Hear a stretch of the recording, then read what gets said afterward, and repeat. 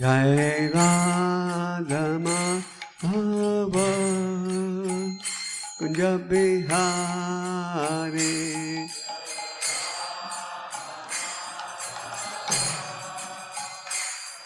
यह प्रवचन श्रीला गोपाल कृष्ण गोस्वामी महाराज के द्वारा श्री चैतन्य चरितामृत मध्य लीला अध्याय 20 श्लोक संख्या 143 पर 10 मार्च 2009 को दिया गया।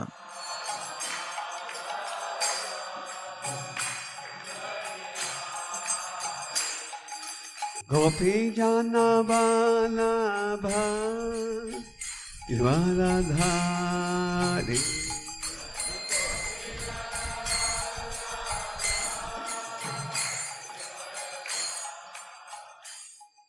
Om Namo Bhagavate Vasudevaya. Om Namo Bhagavate Vasudevaya. Om Namo Bhagavate Vasudevaya. हरे कृष्णा। तो चैतन्य महाप्रभु जी के आविर्भाव तिथि के उपलक्ष्य हम लोग कई दिनों से चैतन्य महाप्रभु जी की कथा की चर्चा कर रहे हैं। तो आज हम सनातन चैतन्य महाप्रभु जी की शिक्षा जो उन्होंने सनातन गोस्वामी को दी और सनातन गोस्वामी की जो थोड़ी लीला है जिसका वर्णन है चैतन्य चरितामृत में, उस पर विचार देंगे। ठीक है। तो एक श्लोक हमने लिखा है बोर्ड में, वेदा शास्त्रकहे संबंध आविदेय प्रयोजना कृष्ण कृष्ण भक्ति प्रेम ईना महाधन। वेदा शास्त्रकहे संबंध आविदेय प्रयोजन कृष्ण कृष्ण भक्ति प्रेम तीन महाधन। वेद शास्त्रकहे संबंध आविदेय प्रयोजन कृष्ण कृष्ण भक्ति प्रेम तीन महाधन। वेद शास्त्रकहे संबंध आविदेय प्रयोजन कृष्ण कृष्ण भक्ति प्रेम तीन महाधन।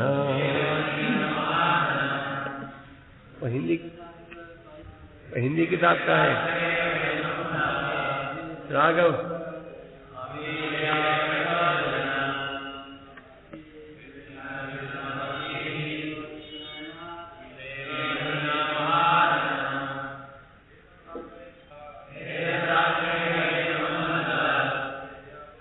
Where is that book?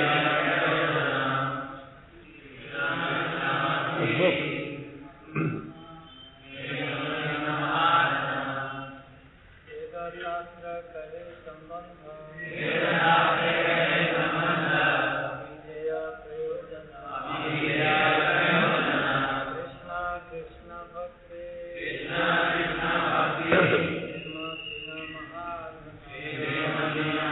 Master ji.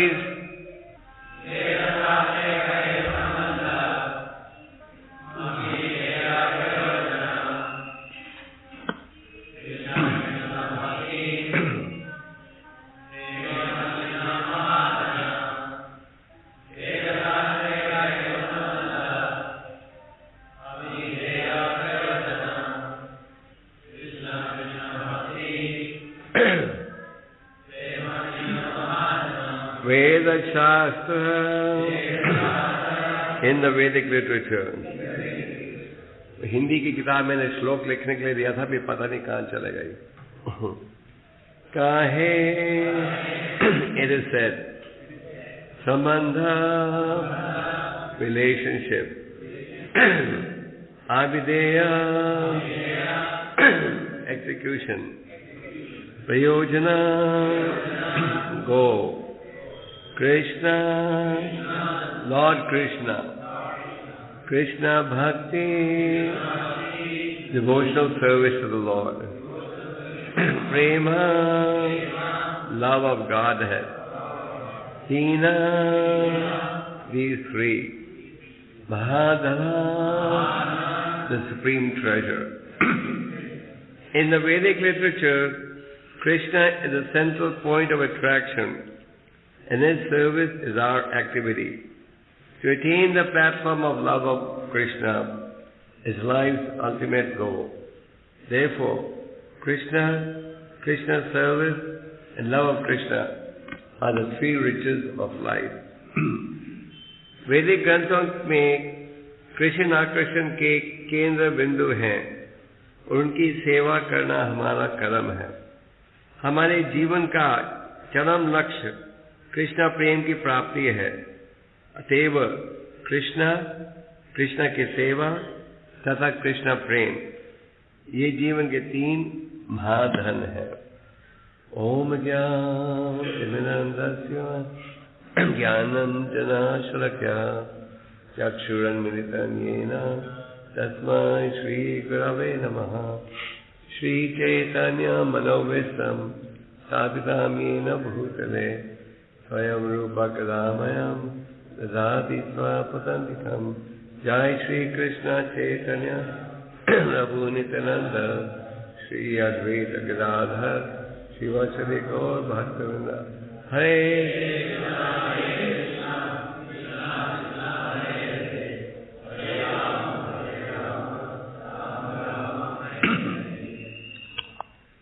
ये बड़ा महत्वपूर्ण श्लोक है और ये श्लोक का उपदेश चैतन्य महाप्रभु जी दे रहे हैं सनातन गोस्वामी को। तो चैतन्य महाप्रभु जी ने बहुत ही महत्वपूर्ण शिक्षा दी है सनातन गोस्वामी और रूप गोस्वामी को, जिनके विषय में आप चैतन्य चरितमृत, चैतन्य भागवत और चैतन्य मंगल के द्वारा ज्ञान प्राप्त कर सकते हो। रूप और सनातन दो भाई थे और तीन भाई थे वो, रूपा, सनातन और अनुपम। और रूपा और सनातन आज से 500 साल पहले एक बड़े प्रसिद्ध राजा थे जिनके राज्य का शासन वो कर रहे थे। वो राजा का नाम था नवाब हुसैन शाह। नवाब हुसैन शाह एक साधारण व्यक्ति था पहले। एक और वैष्णव संत सुबोधी रॉय के घर में एक नौकर था, वह चापलूसी करके वो राजा बन गया और राजा बना। आबादी थी लगभग हिंदू। आज तो बंगाल में आप देखते हो 30% मुसलमान आबादी है, पर आज से 500 साल पूर्व वहां की आबादी 0.5% भी मुसलमान नहीं थी, लगभग सारे हिंदू थे। और राजा था मुसलमान, तो राजा को चाहिए था, राजा राजनीतिक कार्य में बड़ा चुस्त था, तो उसने पहले ये खोजा कि हमारे समाज में कौन है वैसा व्यक्ति जिसको सब आदर देते हैं।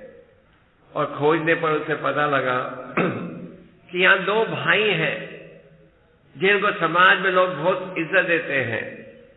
तो उन्होंने जबरदस्ती रूप और सनातन को कहा, तुम्हें मेरी नौकरी करनी ही पड़ेगी। जब शुरू में रूप और सनातन को यह सूचना दी गई थी कि राजा चाहता है तुम उनका शासन करो, उन्होंने कहा हमारी इसमें कोई रुचि नहीं है, हमारी रुचि है केवल कृष्ण भजन में और कृष्ण कथा में, हम कहाँ राजनीतिक कार्य में फंसेंगे। तो जब राजा ने दम दिया करना ही पड़ेगा, फिर उन्हें करना पड़ा। और दिल में उनकी भावना यही थी कब हम जाकर महाप्रभु की संगत में रहेंगे। एक समय रूपा गोस्वामी ने एक पत्र डाला चैतन्य महाप्रभु को, जिसमें उन्होंने कहा कि मैं आपके साथ चलकर आपके साथ रहना चाहता हूं। तो महाप्रभु ने उत्तर में कहा, इस समय नौकरी मत त्यागो। और उन्होंने एक उदाहरण दिया जिसका उपयोग प्रभुपाद जी करते हैं भगवद गीता की भूमिका में। चैतन्य महाप्रभु ने उदाहरण दिया, जैसे कि एक विवाहित स्त्री अगर उसका कोई प्रेमी हो तो बाहर से तो वो दिखाएगी कि वो अपने पति की बड़ी देखभाल कर रही है, और हृदय में सोचेगी क्या, कब मैं जाकर प्रेमी से मिलूंगी। तो प्रभुपाद जी ये उदाहरण देते हैं भगवद गीता की भूमिका में, ये बताने के लिए कि हम साधारण कार्य करें पर मन में हमारा चिंतन क्या होना चाहिए, कृष्ण भगवान के विषय में। तो रूपा गोस्वामी ने सरकारी नौकरी त्यागी और थोड़ी देर बाद सनातन गोस्वामी उनकी इच्छा थी कि मैं भी नौकरी को त्याग दूं, मैं भी नौकरी को त्याग दूं और चैतन्य महाप्रभु जी के साथ वृंदावन जाकर यात्रा करो। तो सनातन गोस्वामी ने सूचना दे दी राजा को कि मैं बीमार हूं, और 1 महीने के लिए सनातन गोस्वामी दफ्तर नहीं गए। जब रूपा गोस्वामी ने नौकरी त्याग दी थी तो राजा ने और भी जिम्मेदारी दे दी थी सनातन गोस्वामी को। तो 1 महीने के लिए सनातन गोस्वामी दफ्तर ही नहीं आए। तो राजा ने कहा अब तो बड़ी मुसीबत हो गई, एक रूपा गोस्वामी चले गए और सनातन भी नहीं आ रहे। तो उन्होंने अपने डॉक्टर को भेजा, जाके देखो सनातन को क्या बीमारी है, इतने दिनों से वो दफ्तर में नहीं आया। तो आजकल अगर कोई आपके घर आना चाहे तो उसको घंटी मारनी पड़ती है, फिर आप पूछते हो कौन है, फिर अगर आप मानते हो कि वो व्यक्ति को अंदर आना चाहिए तो आप घंटी बजाते हो और वो अंदर आता है कि नहीं। आपके टेलीफोन में भी आप देख लेते हो कॉलर आइडेंटिटी, कौन फोन कर रहा है। तो किसका आप नहीं चाहते किसका फोन, तो आप काट देते हो। पर उन दिनों में ये सुविधा नहीं थी। तो डॉक्टर साहब सीधा घुस गए सनातन के घर में। तो जब सनातन के घर में घुसे तो उन्होंने देखा सनातन गोस्वामी 30 ब्राह्मणों के साथ बैठकर श्रीमद् भागवत का अध्ययन कर रहे हैं। He was studying the Shrimad Bhagavatam accompanied by 30 ब्राह्मण।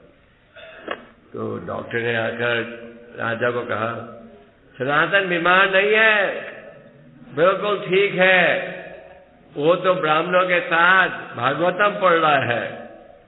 तो राजा ने कहा बुलाओ सनातन को। तो सनातन गोस्वामी आए। राजा ने कहा तो ना भाई हिप्पी बन गया, उसने अपनी जिम्मेदारी की नौकरी छोड़ दी, तुम भी भाई जैसे कर रहे हो, कल से सब काम संभालो। तो सनातन ने कहा अब मैं ये काम नहीं संभाल सकता, आप जा रहे हो उड़ीसा के राजा के साथ लड़ने के लिए, मैं ये काम नहीं संभाल सकता, अब मेरी रुचि केवल भजन में है। तो राजा ने कहा डाल दो सनातन को जेल में। तो सनातन गोस्वामी को जेल में डाल दिया। रूपा गोस्वामी ने जब अपनी सरकारी नौकरी त्यागी तो उनके पास इतने सोने के सिक्के थे कि पूरी नाव भर गई थी सोने के सिक्कों के साथ। और रूपा गोस्वामी ने आधी संपत्ति बांटी ब्राह्मणों को, 25% उन्होंने बांटा रिश्तेदारों को, और 25% उन्होंने रखा एक बनिए की दुकान में एक बनिए के पास। और सनातन गोस्वामी का जेल में थे। तो सनातन गोस्वामी जब जेल में थे उनको एक पत्र पहुंचा रूपा गोस्वामी का, जिसमें उन्होंने कहा कि चैतन्य महाप्रभु जी तो वृंदावन चले गए हैं और मैंने इतनी संपत्ति छोड़ी है, तुम्हारी सुरक्षा के लिए, फॉर योर सेफ्टी, इस बनिए के पास। तो सनातन गोस्वामी जेल में थे। सनातन गोस्वामी ने जो जेल कीपर था वो मुसलमान था, तो सनातन राजनीतिक कार्य में होशियार थे। तो सनातन ने कहा, ये लो 5000 सोने के सिक्के, मुझे छोड़ दो जेल से, मैं मक्का में जाना चाहता हूं। मक्का, क्योंकि वो जेलर मैं मक्का में जाना चाहता हूं, मुझे छोड़ दो। मैंने तुम्हारे, ये मेरे हाथ में ताकत थी, मैंने तुम्हारे लिए इतनी सेवा की, अभी तो मेरे लिए यही करो कि मुझे छोड़ दो। तो जेलर ने कहा, मैं तो तुम्हें छोड़ना चाहता हूं, पर अगर राजा को पता लगेगा कि मैंने तुम्हें छोड़ा है तो राजा मुझे जिंदा नहीं छोड़ेगा। तो सनातन ने कहा, पहले सनातन ने कितना धन दिया? 5000। फिर सनातन ने कहा, लो 7000। तो सनातन गोस्वामी ने 7000 सिक्के दे दिए और कहा, तुम राजा को कहना कि मैं गंगा के पास गया था पेट साफ करने के लिए, मेरे हाथ में हथकड़ी थी और मैंने हथकड़ी के साथ छलांग मार दिया गंगा में और मैं डूब गया। तो जेलर ने कहा, ठीक है 7000 सिक्के लिए। और सनातन ने कहा, तुम घबराओ मत, मैं तो जा रहा हूं मक्का की ओर, और मैं जाऊंगा पहाड़ों से छुप छुप कर, तो मुझे कोई नहीं देखेगा। तो सनातन गोस्वामी पहाड़ों से छुप छुप कर जा रहे थे और वो एक शहर में पहुंचे जिसका नाम था पटादा, एक गांव था। वो जा रहे थे वाराणसी। वाराणसी क्यों जा रहे थे? क्योंकि चैतन्य महाप्रभु जी वहां पहुंचने वाले थे। तो सनातन गोस्वामी रुके रास्ते में एक गांव में जिसका नाम था पटादा, क्योंकि सनातन गोस्वामी राजा के लगभग प्रधानमंत्री थे, तो सब उनको जानते थे और वो भाग रहे थे राजा की नजरों से। तो उन्हें भागना पड़ा कहां? छुप छुप कर, हाँ, पहाड़ों में, जंगलों में, कि कोई देखे नहीं, कोई सिपाही देखे नहीं। तो जब वो एक गांव में पहुंचे जिसका नाम था पटादा, वहां वो ठहरे एक किसके घर में, जो एक होटल जैसा चला रहा था। और इस व्यक्ति ने एक जोशी को रखा था, फार्मिस्ट, रिसेप्शन में। जैसे आप लोग रिसेप्शन है यहाँ, हमें भी एक जोशी रखना चाहिए। तो वो जोशी जो था पहचान लेता था कि ये जो यात्री आ रहा है कितना धनी है, सोफिस्टिकेटेड एस्ट्रोलॉजर। तो उस जोशी ने होटल के सेठ को कहा, ये यात्री तो बहुत धनी है। तो होटल के मालिक ने सनातन गोस्वामी की बड़ी अच्छी देखभाल की, उन्हें अन्न दिया, कहा तुम भोजन बनाओ, स्नान करो, बहुत खातर की आगे पीछे। तो कोई आपकी खातर ज्यादा करे तो आपको शक हो जाता है। तो सनातन गोस्वामी की इतनी खातर की कि सनातन गोस्वामी को शक हो गया कि इस व्यक्ति को कुछ चाहिए होगा मेरे से। तो सनातन गोस्वामी ने अपने नौकर से पूछा, नौकर का नाम क्या था? ईशान। ईशान से पूछा, तुमको धन तो नहीं उठा रहे अपने साथ? ईशान ने कहा, मेरे पास मेरे जेब में 7 सोने के सिक्के हैं। कितने? 7। तो सनातन ने कहा दो। तो सनातन 7 सोने के सिक्कों को लेकर गए वो होटल के मालिक के पास। उसे कहा, ये सिक्के आप ले लो। होटल के मालिक ने कहा, मुझे सूचना मिली है कि तुम्हारे पास 8 सोने के सिक्के हैं और मैं तुम्हें आज रात को मारने वाला था ये सिक्कों को लेने के लिए। अब तुमने ये सिक्के मुझे खुद दे दिए हैं, तो तुमने मुझे ये पाप से बचा दिया, पर मैं तुम्हारे से सिक्के नहीं लूंगा, तो वापस ले लो। तो सनातन ने कहा, अगर आप नहीं लोगे तो कोई और मुझे मार कर ले लेगा, इससे अच्छा है आप भी ले लो। तो फिर सनातन ने कहा कि मैं राजा की नजरों से छुपकर भाग रहा हूं। तो उस होटल के मालिक ने 4 व्यक्ति दिए जिनके सहयोग से सनातन को पहाड़ों का और जंगलों का रास्ता मिला। और फिर सनातन चलते चलते चलते वो पहुंचे एक और शहर में, जहां उनका ब्रदर इन लॉ, उनकी बहन का पति आया था, जिसका नाम था श्रीकांत। श्रीकांत एक मुसलमान राजा का, किसी और राजा का शासन कर रहा था। वो 3 लाख सोने के सिक्कों को लेकर वो आया था, क्या? घोड़े खरीदने के लिए। तो श्रीकांत ने जब देखा सनातन को वहां, उसके तो रिश्तेदार थे, उन्होंने देखा सनातन ने सब दाढ़ी उगाई हुई है, लंबे लंबे बाल रखे हैं, फटे हुए कपड़े पहन रहा है। श्रीकांत ने कहा, ये क्या कर लिया तुमने? तुम तो इतने बड़े राजा का शासन कर रहे थे, प्रधानमंत्री जैसे, अब इतनी बड़ी दाढ़ी, लंबे लंबे बाल, फटे हुए कपड़े। आओ मैं तुम्हें अच्छे कपड़े देता हूं पहनने के लिए। श्रीकांत ने उन्हें कहा, तो आओ मेरे पास रह जाओ। पर सनातन ने कहा, मेरी इसमें कोई रुचि नहीं है। और सनातन ने श्रीकांत के बात को स्वीकार नहीं किया। और सनातन कहाँ पहुंचे? वो पहुंचे वाराणसी, जो उनका भाव था। क्यों? चैतन्य महाप्रभु जी के वो मिलने के लिए वो जा रहे थे। कहाँ? वाराणसी। चैतन्य महाप्रभु जी उस समय वाराणसी में एक शूद्र के घर में ठहरे हुए थे, जिसका नाम था चंद्रशेखर।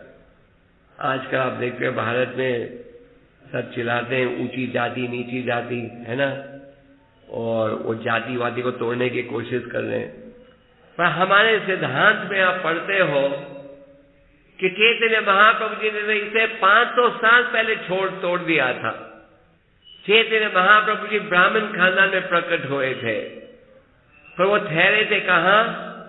चंद्रशेखर, जो शूद्र जाति का था, शूद्र जाति के व्यक्ति के घर में ठहरे थे चैतन्य महाप्रभु जी।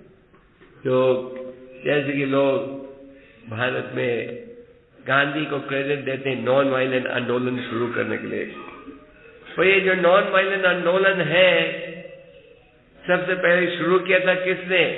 चैतन्य महाप्रभु। जब चैतन्य महाप्रभु जी ने अपना संकीर्तन आंदोलन आरंभ किया था, और ये कीर्तन होता था कहाँ? श्रीवास आंगन में। पिछले हफ्ते हम लोग परिक्रम में थे, तो परिक्रम के आखिरी दिन हम जाते हैं श्रीवास आंगन में। श्रीवास आंगन हमारे मायापुर चंद्रोदय मंदिर से थोड़ी दूरी पर ही है, और श्रीवास जी नारद मुनि के अवतार हैं। अपने 4 भाइयों के साथ गए थे रहने के लिए मायापुर धाम में। और चैतन्य महाप्रभु जी ने अपना संकीर्तन आंदोलन वहां से शुरू किया। और जब चैतन्य महाप्रभु जी ने अपना संकीर्तन आंदोलन आरंभ किया, एक तरफ से मुसलमान लोग इसका आरोप कर रहे थे, दूसरी तरफ से हिंदू ब्राह्मण कहने लगे, निमाई ने हमारे धर्म की बेइज्जती कर दी है। कहाँ लिखा है हमारे धर्म में भाग लो जैसे नाचो और गाओ सड़कों में जाकर। और मुसलमान लोग कहने लगे, अरे ये निमाई के संकीर्तन आंदोलन का इतना बड़ा प्रभाव है कि अगर हम इसे नहीं रोकेंगे तो सारे मुसलमान हिंदू बन जाएंगे। तो ये सब गए पिटीशन लेकर चांद काजी के पास। चांद काजी उस समय नवाब हुसैन शाह का प्रतिनिधि था, रिप्रेजेंटेटिव। और हिंदुओं ने कहा, ये निमाई हमारे धर्म को नष्ट कर रहा है, ये बंद करो। क्योंकि ये थे मार्था ब्राह्मण, इनको भगवान असली शिक्षा का अर्थ नहीं पता था शास्त्रों का। तो उन्होंने मुसलमान राजा के प्रतिनिधि को शिकायत की, रोको निमाई के संकीर्तन आंदोलन को। और साथ में मुसलमान लोगों ने भी शिकायत की। तो चांद काजी आया, चंका जी ने पहले अपने प्रतिनिधियों को भेजा, 2 बोटफुल मतलब काफी सिपाही भेजे। सिपाहियों ने बोला, बंद करो संकीर्तन को, बंद नहीं करोगे तो हम सबको जेल में डाल देंगे। उस सब मृदंगा को उन्होंने तोड़ दिया। मृदंगा को जब मृदंगा तोड़ा तो सूचना भागे भागे गए, सब घबरा गए, क्योंकि इतने मुसलमान सिपाही आए कीर्तन को बंद करने के लिए। तो भाग कर वो गए निमाई के पास और कहा, हमें बचाओ। इस मुसलमान राजा ने अपने सिपाहियों को भेजकर हमारे मृदंगे तोड़ा दिए और कहा कि अगर तुम भविष्य में ये कीर्तन करोगे तो मैं तुम सबको मुसलमान बना दूंगा, या तो सबकी जो संपत्ति है वो जबरदस्ती कॉन्फिस्केट, जबरदस्ती हम ले लेंगे।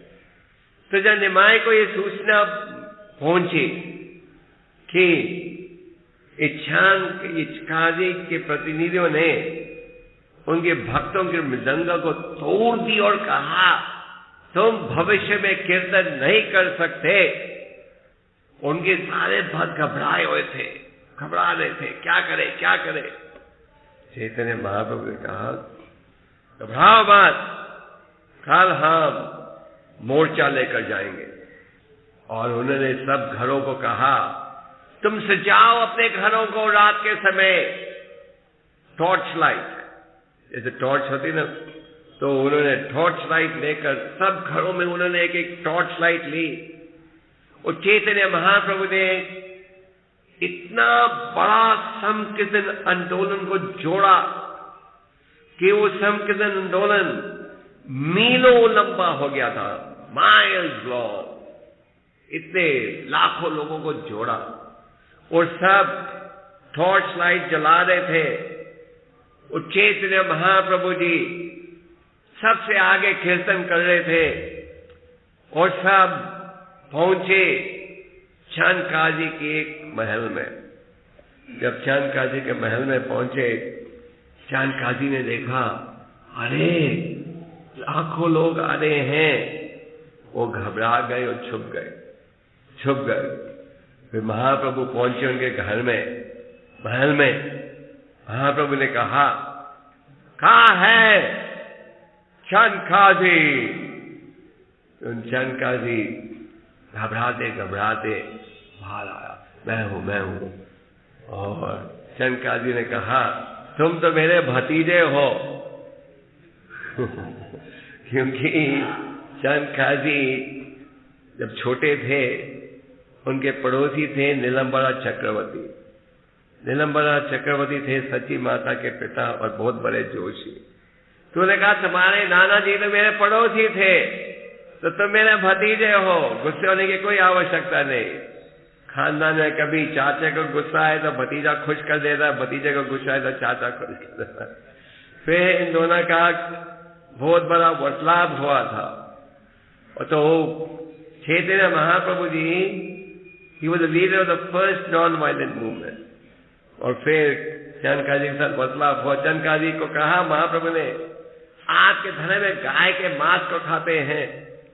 गाय शास्त्रों के अनुसार गाय का एक टुकड़ा भी खाओगे तो जितने बाल हैं उतनी बार व्यक्ति को जन्म लेना पड़ता है, तो फिर उसका कत्ल होता है। तो चंदकाजी ने अंत में कहा, तो महाप्रभु ने कहा चंदकाजी से, आप मुझे एक वर दीजिए कि भविष्य में कभी भी नादिया डिस्ट्रिक्ट में आपके प्रतिनिधि हमारे संकीर्तन आंदोलन को नहीं रोकेंगे। तो केशव के चंदकाजी ने कहा कि मैं अपने आगे की पीढ़ियों को यह आदेश देता हूं कि भविष्य में कभी भी तुम इस कीर्तन आंदोलन को नहीं रोकोगे। और चंदकाजी ने कहा कि जिस दिन मैंने अपने प्रतिनिधियों को भेजा था मृदंगा तोड़ने के लिए उस दिन रात को मुझे सपना आया। सपने में एक शेर और एक पुरुष वैसा व्यक्ति दिखा जिसने अपने नाखून से मेरी छाती को चीरा और कहा कि अगर भविष्य में तुमने कभी इस संकलन आंदोलन को रोकने का प्रयास किया तो मैं तुम्हें चीर दूंगा। I'm giving you one warning, एक बार वार्निंग। और मेरे जो सिपाही थे उन्होंने कहा कि जब वो गए आपके कीर्तन मंडली को रोकने के लिए, आग से उनकी दाढ़ी जल गई।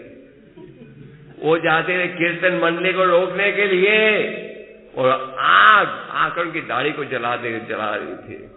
और फिर शंखा जी ने कहा कि मैंने अपने प्रतिनिधियों को कहा छोड़ दो इन्हें, क्योंकि जब भी वो कुछ बोलने जाते थे तो आग लग जाती थी उनकी दाढ़ी में।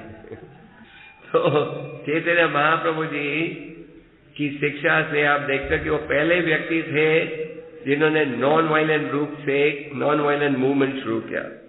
उसी प्रकार चैतन्य महाप्रभु जी पहले बड़े धर्म के प्रचारक थे जो ब्राह्मण खानदान में जन्म होते हुए रह रहे थे। किसके घर में? शूद्रा के घर में। इसके लिए हमारे मंदिरों में हम कोई ऊंची नीची जाति का भेदभाव नहीं करते। प्रभुपाद जी जब जगन्नाथपुरी में गए थे, प्रभुपाद जी ने इस बात का विरोध किया था पब्लिक लेक्चर में कि ये मंदिर केवल हिंदुओं के लिए है। प्रभुपाद ने कहा जगन्नाथ जी तो पूरे विश्व के स्वामी हैं, सबके। तो चैतन्य महाप्रभु जी ठहरे थे किसके घर में? चंद्रशेखर के घर में। तो सनातन गोस्वामी पहुंच गए चंद्रशेखर के घर में। बड़ी बड़ी दाढ़ी उग गई थी, लंबे बाल थे क्योंकि वो छुप छुप कर भाग रहे थे। चैतन्य महाप्रभु जी तो अंतर्यामी हैं।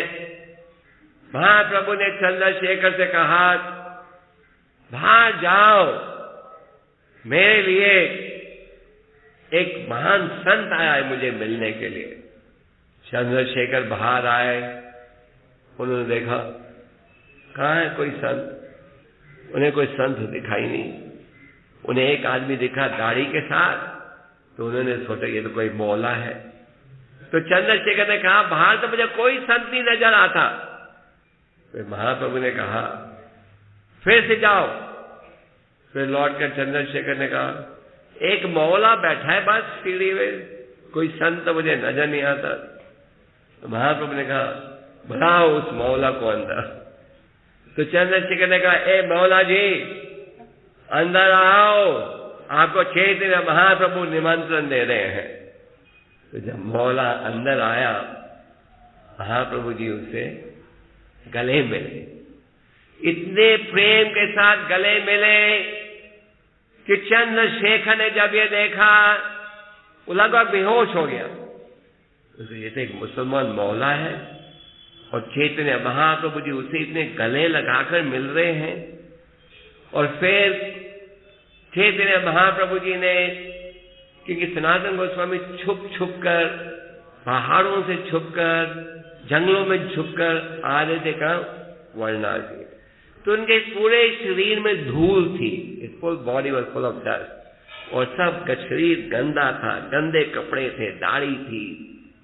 तो महाप्रभु जी अपना हाथ लेकर उसकी धूल को दूर करने लगे, उसके शरीर को साफ करने लगे। तो सनातन ने कहा, सनातन गोस्वामी ने, आप मुझे मत छो, मैं हूं पतित व्यक्ति और मेरा शरीर इतना गंदा है, आप मुझे मत छो, please please please don't touch me, you will get contaminated, आप मुझे मत छो। तो चैतन्य महाप्रभु ने कहा तुम्हें छूने से मैं पवित्र बन रहा हूं, तुम्हें देखने से मैं पवित्र बन रहा हूं। और फिर महाप्रभु ने भागवतम के उस श्लोक का उपयोग किया जिसमें कहा गया है जो संत महात्मा हैं वो स्वयं तीर्थ के स्थान माने जाते हैं। क्यों? क्योंकि संत महात्मा स्वयं तीर्थों के संदेश को अपने हृदय में बिठा कर जाते हैं। The saintly people carry the holy places of pilgrimage with them. तो चैतन्य महाप्रभु ने जबरदस्ती क्या किया? सनातन गोस्वामी की धूल को दूर किया, सब साफ किया। पर सनातन गोस्वामी जब आ रहे थे चैतन्य महाप्रभु को मिलने के लिए, श्रीकांत जो उनके बनोई थे, जो रास्ते में मिले थे, उन्होंने उन्हें एक बहुत महंगी चादर दी थी, शॉल। तो चैतन्य महाप्रभु जी बार बार उस महंगी चादर को घूर कर देख रहे थे। तो सनातन गोस्वामी समझ गए कि चैतन्य महाप्रभु जी खुश नहीं है इस महंगी चादर को देखते हो।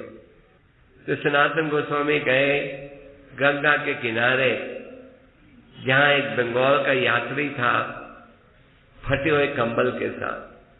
सनातन गोस्वामी ने कहा, मैं ये फटा हुआ कंबल मैं आपका फटा हुआ कंबल चाहता हूं, उसके बदले में मेरी चादर आप ले लो। उस बूढ़े यात्री ने कहा, आज मेरा मखौल तो नहीं कर रहे, मेरी चादर फटी हुई है जिसको कोई मुफ्त में भी नहीं लेगा, और आप इतनी महंगी चादर दोगे मुझे बदल कर उसके बदले में? साहब ने कहा, नहीं नहीं, आई एम सीरियस, मैं सचमुच करना चाहता हूं। तो सनातन गोस्वामी वो फटी हुई चादर को ओढ़कर पहुंच गए चैतन्य महाप्रभु जी के पास। जब चैतन्य महाप्रभु जी ने सनातन गोस्वामी को देखा ये फटी हुई चादर के साथ, तो बड़े खुश हुए।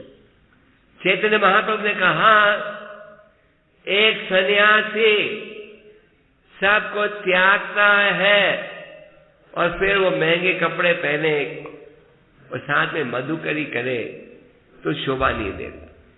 क्योंकि चैतन्य महाप्रभु ने कहा कि एक अच्छा डॉक्टर एक मरीज का इलाज कर रहा है, जो बीमारी का कारण है उसे थोड़ी रहने देगा। तो महाप्रभु ने कहा कि जब हम आध्यात्मिक जीवन में प्रवेश करते हैं तो हमें हर प्रकार के भौतिक आकर्षण को तोड़ देना चाहिए। वो उनका मतलब था।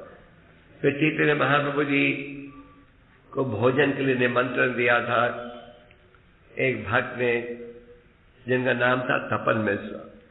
तपन मिश्रा बांग्लादेश के थे। तो महाप्रभु जी के आदेश के अनुसार पहुंचे थे वाराणसी। तो तपन मिश्रा ने चैतन्य महाप्रभु जी को निमंत्रण दिया, आओ मेरे घर में भोजन खाने के लिए। तो चैतन्य महाप्रभु साथ में ले गए थे सनातन गोस्वामी को भी, पर सनातन गोस्वामी ने खाया नहीं। सनातन गोस्वामी ने कुछ बहाना दे दिया और नहीं खाया। तो चैतन्य महाप्रभु ने भोजन किया तपन मिश्रा के घर में, और भोजन करके महाप्रभु जी थोड़ा विश्राम करने लगे। तो फिर चैतन्य महाप्रभु ने, तपन मिश्र ने जो प्रसाद जो बच गया था चैतन्य महाप्रभु का, उसको दिया कैसे? सनातन गोस्वामी को खाने के लिए। तो तपन मिश्र ने सनातन गोस्वामी को भी निमंत्रण दिया था, आओ हमारे घर में प्रसाद खाओ। पर तपन सनातन ने इनकार कर दिया। सनातन गोस्वामी ने कहा, मैं क्यों आपके घर में आऊं रोज पका हुआ खाना खाने के लिए? मैं मधुकरी करके खाऊंगा। मधुकरी का मतलब है जैसे मधुमक्खी भी अलग अलग फूलों से थोड़ी मधु लेती है, तो मधुकरी का मतलब जो ब्राह्मण है, सन्यासी है, साधु है, वो गृहस्थ के घर में जाकर थोड़ा थोड़ा भीख मांगता है और खाता है। वो ये उम्मीद नहीं करता मैं किसी के घर जाऊंगा, बड़ा अच्छा भोजन मिलेगा, पकौड़ा समोसा। तो जब चैतन्य महाप्रभु जी की सूचना मिली कि सनातन गोस्वामी ने इनकार कर दिया है तपन मिश्र के घर में भोजन खाने के लिए, तो बहुत खुश हुए। वो बहुत खुश हुए ये देखकर कि सनातन गोस्वामी ने ये इनकार कर दिया है, वो मधुकरी करके रह रहे हैं। उससे पहले जब चैतन्य महाप्रभु जी के पास पहुंचे थे सनातन गोस्वामी, तो उन्होंने चंद्रशेखर को कहा था, इसे नए कपड़े दो, ये सारे कपड़े फटे हुए हैं। तो तो चैतन्य महाप्रभु ने चंद्रशेखर को कहा था इसे नए कपड़े दो पहनने के लिए। तो चंद्रशेखर ने कहा सनातन से मैं तुम्हें नए कपड़े देता हूं। सनातन ने कहा मुझे नया कपड़ा नहीं चाहिए। क्या चाहिए? मुझे आप अपना पुराना कपड़ा दीजिए। तो उन्होंने पुरानी धोती ली, उसे कोपन बनाया, धोती बनाई लंग और फिर पहनने लगे। तो जब चैतन्य महाप्रभु जी को पता लगा कि सनातन गोस्वामी को नए कपड़े दिए थे और सनातन गोस्वामी ने इनकार कर दिया और कहा कि नहीं मुझे पुराने कपड़े दो, आपके पहने हुए कपड़े, तो बहुत खुश हुए। हमारी क्या स्थिति, हमको नई धोती नहीं मिली तो हम नहीं लेते हैं ना। सनातन गोस्वामी ने कहा हमें नए कपड़े नहीं चाहिए, हमें पुराने कपड़े दीजिए। तो इस प्रकार से सनातन गोस्वामी के त्याग से चैतन्य महाप्रभु जी बहुत ही प्रसन्न हुए थे और उन्होंने बहुत गहरी शिक्षा दी सनातन गोस्वामी को, रूपा गोस्वामी को। तो आज का जो श्लोक है, फिर चैतन्य महाप्रभु जी के पास जब सनातन पहुंचे, उन्होंने के आमी, हमें समाज में लोग कहते हैं तुम इतने बुद्धिमान व्यक्ति हो, पर हम ये भी नहीं जानते कि हम हैं कौन। ये थी उनकी निम्रता। तो चैतन्य सनातन गोस्वामी और रूपा गोस्वामी ने चैतन्य महाप्रभु से पूछा कि आप हमें शिक्षा दीजिए कि हमारा असली कर्तव्य क्या, कि हम ये भी नहीं जानते कि हमारा असली स्वरूप क्या है। और फिर चैतन्य महाप्रभु ने सनातन गोस्वामी को बहुत गहरी शिक्षा दी, जिसके विषय में आप मध्य लीला 20 से 22वें अध्याय तक पढ़ सकते हो। तो इस संबंध में हमने आज के लिए एक श्लोक चुना था, जो है वैदिक ग्रंथों के में कृष्ण आकर्षण के केंद्र बिंदु है। तो वैदिक शास्त्रों के अनुसार हमारा असली भाव क्या होना चाहिए? कृष्ण आकर्षण। चैतन्य महाप्रभु ने जब देखा सनातन गोस्वामी ने हर प्रकार की सुविधा त्यागी, तो बड़े प्रसन्न हुए।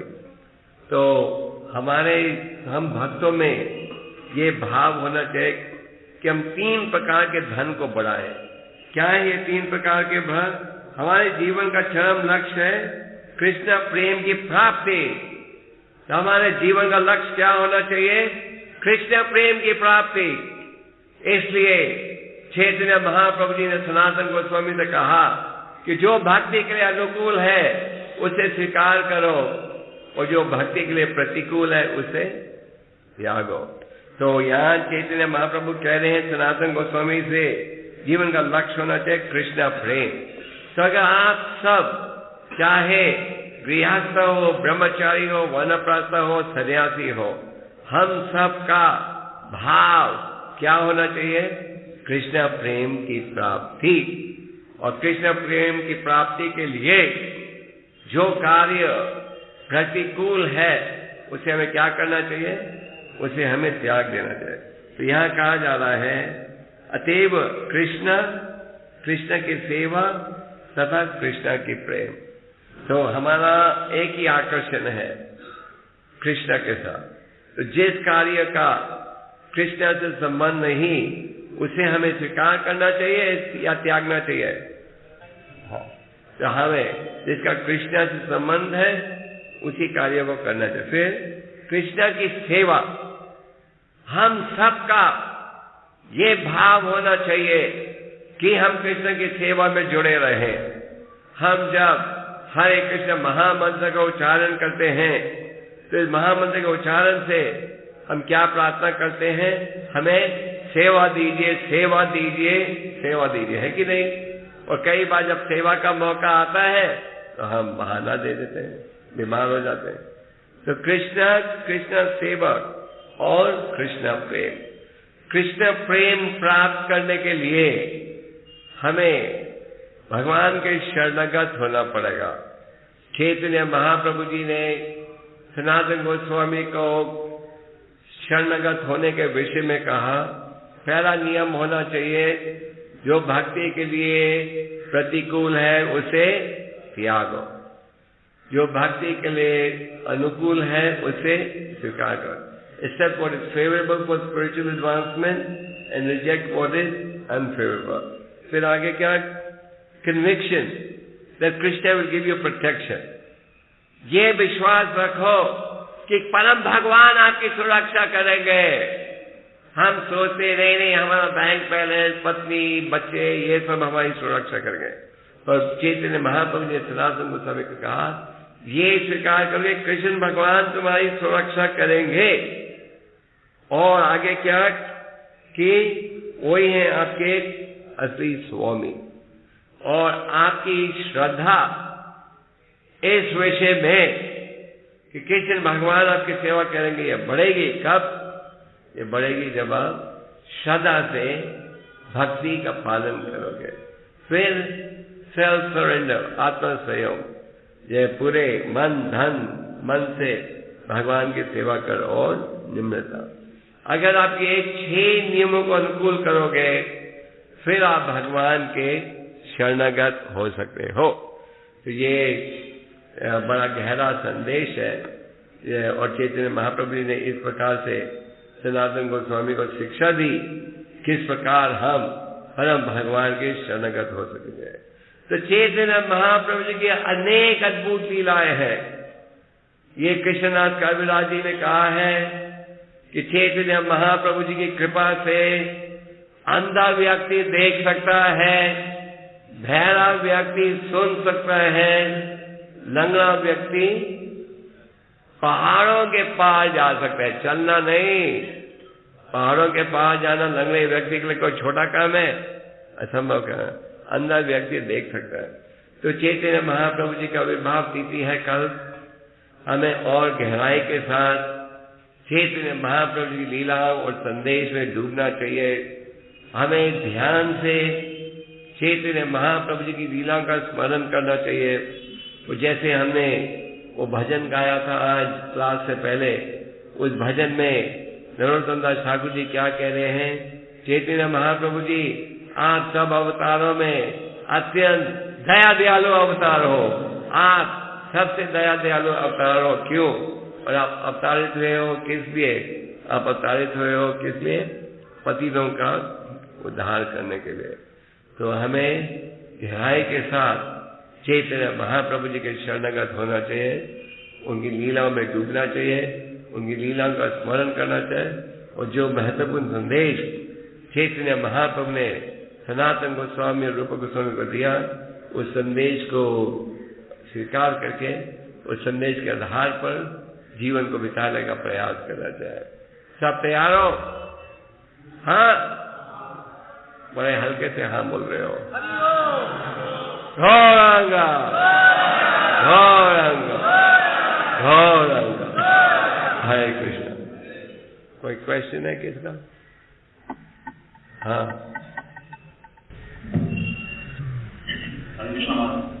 महाराज जैसा बोलते हैं कि भगवान चैतन्य उनके पास में दोनों मिलते, जैसे भगवत प्रेम का जान अपना पाला तोड़ दिया, सब में बांट दिया। तो पहले जैसे कृष्ण भगवान थे द्वापर में, यदि बहुत भक्त थे, पांडव थे और बहुत सारे भक्त थे, तो क्या इन सबको कृष्ण प्रेम प्राप्त नहीं हुआ या फिर सिर्फ चैतन्य महाप्रभु ने आगे कृष्ण प्रेम बांटा? कृष्ण भगवान वॉज ऑन द प्लेनेट 5000 साल पहले। तो चैतन्य महाप्रभु जी ने कहा गया है जो भगवत प्रेम का भंडारा था, the treasure of love of God, वो छुपा हुआ था। तो महाप्रभु ने आकर ताला तोड़ दिया और खुले रूप से भगवत प्रेम के साधन को बांटा, हर व्यक्ति को बांटा। ये भेदभाव नहीं किया कौन क्वालिफाइड है, कौन योग्य है, कौन योग्य नहीं। भगवान कृष्ण से 5000 समय के साथ धर्म गिर गया था, इतना तक कि जब अद्वैताचार्य प्रकट हुए थे चैतन्य महाप्रभु जी से पहले, तो अद्वैताचार्य ने जब समाज की स्थिति देखी तो शांतिपुर में अद्वैताचार्य और हरिदास ठाकुर दिन रात भगवत कथा कर रहे थे और प्रार्थना कर रहे थे, हे भगवान आप स्वयं प्रकट हो पतितों का उद्धार करने के लिए। फिर चैतन्य महाप्रभु जी प्रकट हुए। Okay, anything else? Tomorrow morning you want me to give lecture? Okay. Any other question? शाम को बता दें। शाम को करूं? हाँ, कल सुबह भी लोग आएंगे ना, शाम को शायद पक्का देंगे। ओके, हरे कृष्णा।